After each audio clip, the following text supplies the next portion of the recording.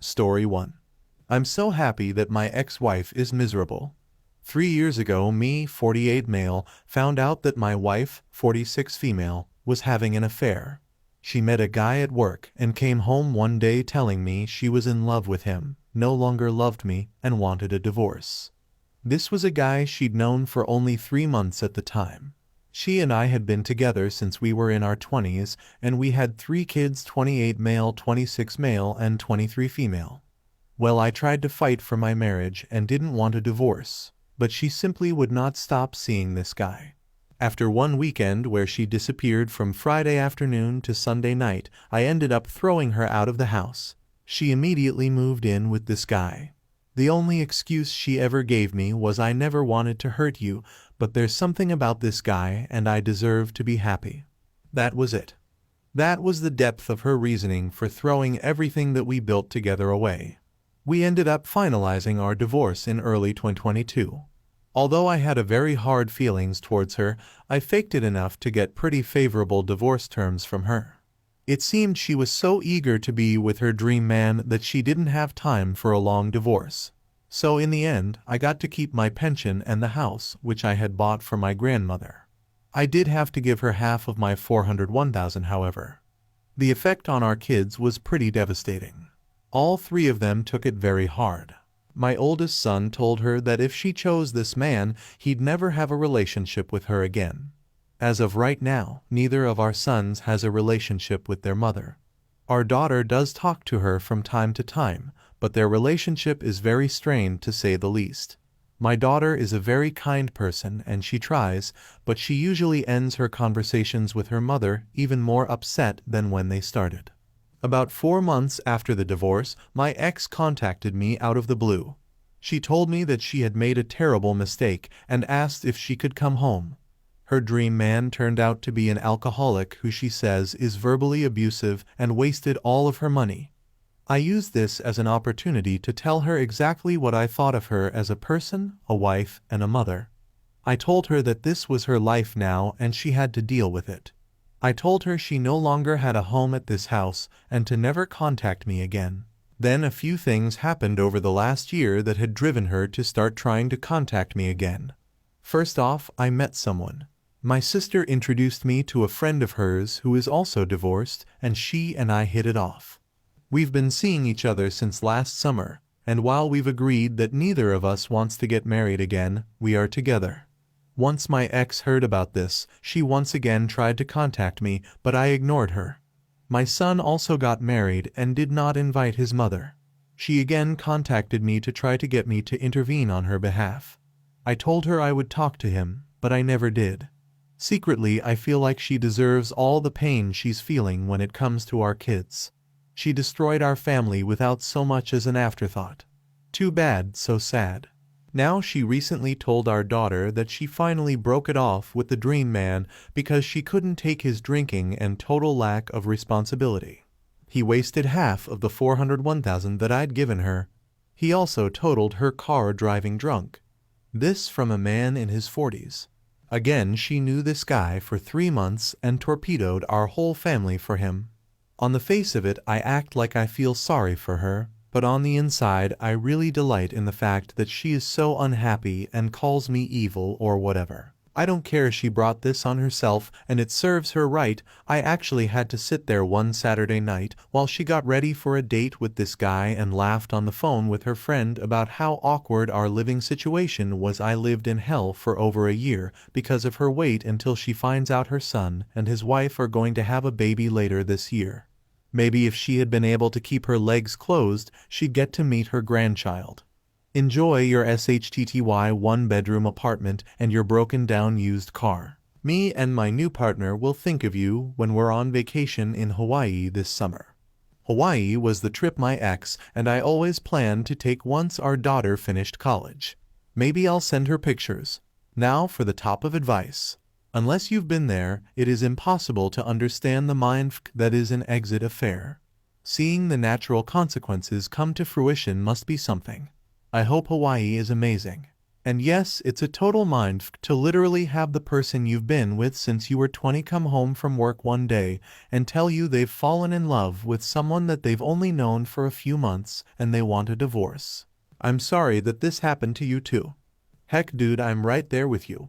Granted, my marriage lasted less than years and our kids are much younger, but I'm with you. What made it sting for me was that she used the infamous line, "Oh, he's just a friend. There's nothing going on. I think of him like a brother." So you're into incest or something? I don't know. She texted me tonight. I've kept most of her interactions via text unless she calls while I'm driving, so I have a written record. While I always use profanity in everyday language, I've never to her face called her any names of any sort, which I think will come in handy long term. Asking if I could send her some money for an insulin meter or some SHT. I told her that I'd be willing to meet her at the store and purchase it in my state. I'm still legally obligated to financially support her until the divorce is final. She immediately declined it and followed it by saying, "Never mind, I'll figure it out. And then don't worry, I won't be asking for anything from you anymore." Yeah, you dumb SHT, you kinda gave up the privilege of me taking care of you when you walked out. I've done nothing but take care of you for the last 10 years, and now you're gonna say I'm abusive. Sucks when I'm no longer by your bullshit, doesn't it? To be honest, I'm waiting for about 5 years down the road when she signs over custody because she can't take care of our kids on her weeks. Not what I want to happen, but I've only ignored my gut a few times, and it's bit me every time I did, and my gut is telling me to prepare. Rather cathartic to read that I'm not the only one who's been blindsided by their ex. Thank you for relating your experiences. It helps to know I'm not alone, and that I'm really not the bad guy. I'm not innocent, but I'm not the villain. Story 2. Am I the a-hole for snapping at my aunt who said I wasn't a real doctor? I, a 35 female, am a plastic surgeon. I went through years of medical school and had residency, but it was worth it. I originally started med school with the hopes of going into psychiatry, but surgery really interested me. The problem started years ago when I first told my family that I was going into plastic surgery because it was what interests me the most. My parents, siblings, and brother-in-law were all supportive, and whenever I felt like giving up, they were always there to push me. But a lot of my other family members weren't as supportive. My aunts always made snide comments about it, as well as my cousins, uncles, and grandparents on both sides. They were all happy when they knew I was in med school, but completely flipped when they found out I was pursuing plastic surgery. It annoyed me at first, but I learned just to move on from it. But recently my cousin, a 40-month-old female on my dad's side, who's the daughter of the aunt who keeps making comments about my job, did a PLC on nursing and childcare, which didn't bother me. I couldn't care less what she does, but my aunt thought I should know everything that's happening with her daughter. Every time I see her, she goes on about how smart her daughter is and how amazing she is for doing a PLC in nursing and childcare, but the last time I saw her, she said something that really annoyed me. Me and my sister were over at her house because she had some hand-me-downs to give to my nephew.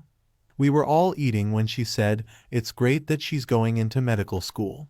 She's not, she doesn't even have the brains for medical school. Maybe we can finally have a real doctor in the family. I sat there in silence for a second thinking what the F is she even talking about, and then looked at my sister who looked equally as pissed off as me. I snapped back and said, her changing kids' soiled pants does not make her a doctor, and her knowing how to clean a cut doesn't either. She's not in medical school. She's too dumb for that. She wouldn't even last a week before dropping out. My aunt looked really pissed off and yelled at me for being rude, and then she told me I wasn't much of a doctor either. I yelled back at her that I went through years of med school and residency, and that I'm a licensed doctor and surgeon, and that she doesn't know what she's talking about. My aunt started crying and left the room, so me and my sister just left. A few hours later, I got a text from my cousin calling me a bitch for what I said and attacking her mom. I got more texts from other family members, and it somehow traveled to my mom's side of the family as well. Majority of them are telling me to apologize for yelling at my aunt, but my immediate family, mom, dad, brother, sister-in-law's girlfriend, are telling me not to. Now I'm going to be shunned by both sides of the family, and they're all refusing to talk to me and won't even let me tell my side of the story. So was I the a-hole? Now for the top of advices, not the a-hole. Oh, did it somehow travel around the family? You can tell them I said to piss off. And that the plastic surgeon who fixed my 5-year-old sister's face when a dog ate it is so now that within a year, nobody can tell it even happened, changing her life for the better. In fact, madam, a real doctor. And so is the plastic surgeon who put my friend's chest back together after her double mass, giving her back confidence and her mental health, so there. We're taking those new Tatas to Hawaii this year and bringing a happy, emotionally healthy friend with them. Oh, I'm so angry on your behalf. A guy in my high school went through a windshield and absolutely destroyed his face. Plastic surgery got him looking almost back to normal. I went through medical school and practice for years. My specialty was tropical medicine, but I ended up doing just about a little bit of everything as I worked in undeserved and unserved communities in Africa. I don't practice anymore because I moved back to Canada and switched careers. That's not the point though. I'm sure her family would consider me a real doctor. Plastic surgeons are 100 million times the clinicians I could ever be. Plastic surgery is an art form. It is so easy to make tiny mistakes and completely ruin someone forever. Surgery period is an art form. Anatomy is complicated. The slightest deviation from what you've intended to do could lead to severe bleeding, nerve damage, or worse for the patient. Plastic surgery has all the same risks and complications that need to be considered, but with the additional fact that the goal is aesthetically pleasing and functional result. Then there's the fact that no one has to be able to judge what one's work is going to look like after the body has completed the healing process. It's like working on a sculpture that is going to mold, shrink, and shift in the days and weeks after the sculptor has completed their work. Plastic surgery might be in my future. I'm trans and it's plastic surgeons who do the work on us below the belt. And I can absolutely say that if I do, the person working on me is absolutely a real doctor and one who has my deepest respect, as they do for op. The family and anyone who tries to say that plastic surgeons are somehow less than are ignorant beyond all belief.